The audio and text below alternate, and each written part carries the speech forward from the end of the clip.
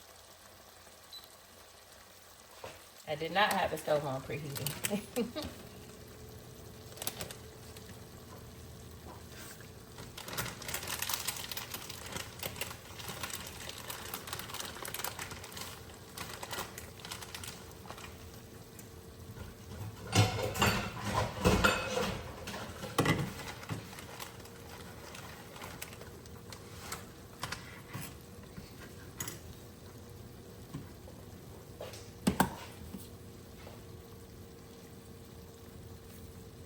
So I'm adding some cheese on top of that meat.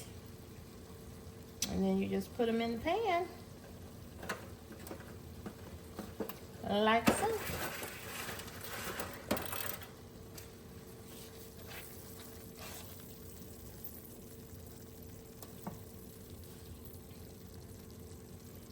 And just like most things, when you put these in the refrigerator or the freezer and bring them back out to eat, once that taco flavor and this red sauce goes through that, these are going to be even better. But there you go, they're going to be delicious for my dinner tonight. Notice that I'm turning them over and down.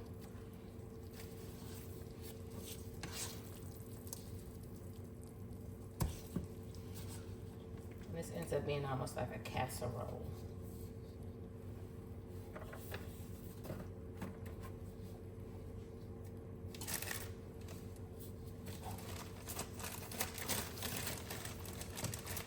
I learned how to make these in undergrad.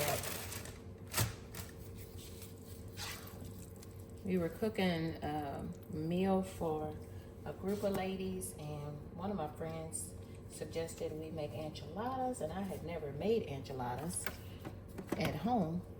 And she taught us, and I have been making enchiladas ever since. So I'm talking, y'all, 30 years. I've been making enchiladas because she taught us step by step. And I don't know if these are her directions or my take on her directions, but they are good, and people have paid me to make enchiladas for them. So they must be pretty good. This is how I make them. It doesn't have to be how you make them. Okay.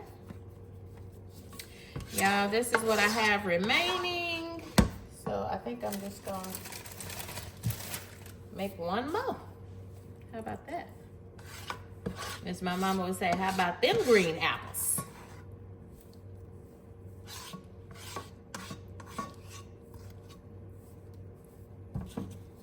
And I'm going to push them up in there.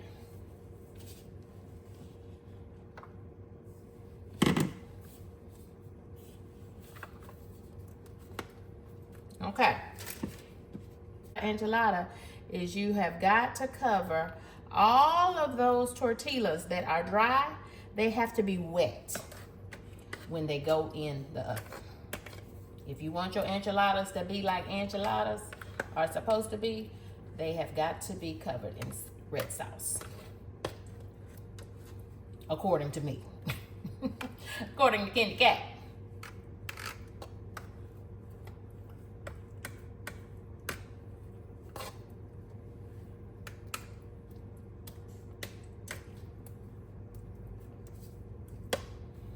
Y'all, thank you for watching my channel. Thank you for subscribing, and I encourage you to subscribe. This is what I call a one-pot meal, a struggle meal, because all you need is 1 pound of ground beef, right? And if you need to kick up your Taco Tuesday game, try enchiladas. I'm gonna grab a little bit more cheese, y'all.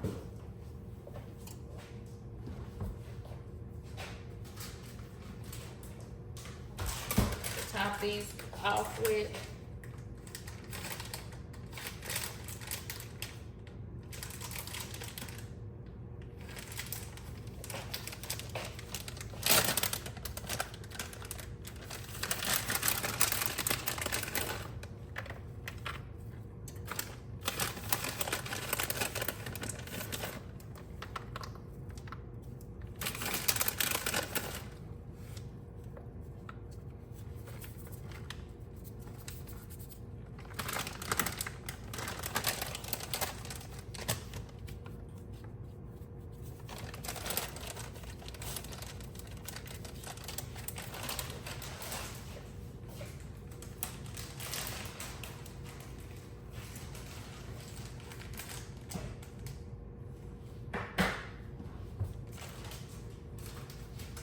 And into the oven, these are going to go.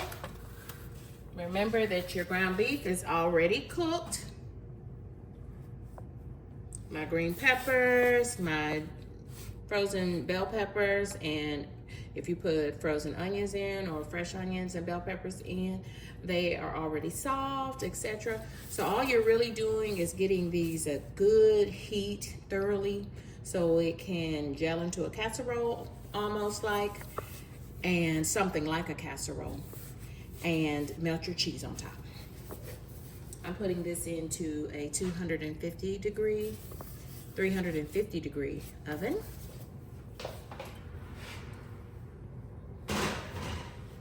Until the cheese melts and you're ready for your dinner.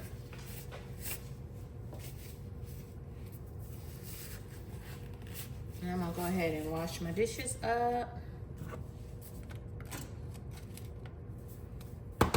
Put these spices and things away.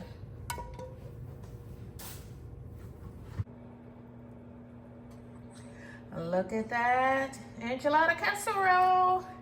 It's almost done. I just wanted to get a little bit of brownness on it. All the cheese is melted. That means everything is piping hot on the inside.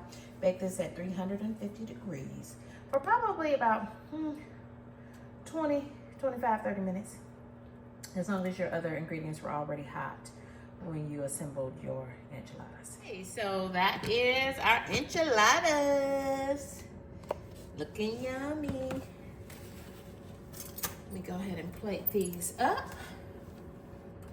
And I am hungry.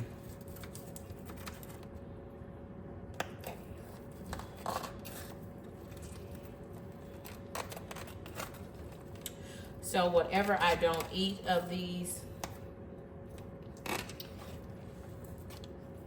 I will simply put them in individual serving meal prep bowls, containers, and put them in the freezer. And baby, when these come back out in a lunch or in a dinner situation, that's when you really gonna have enchilada. But this right here, y'all, this is looking so and smelling so delicious. Trying to plate it all pretty for y'all.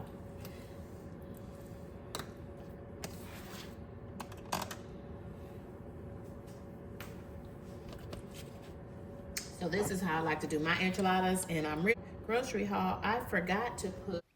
So in addition to the taco sauce on the top, I normally would add some sour cream, but I'm also adding some roughage, some just green leaf lettuce.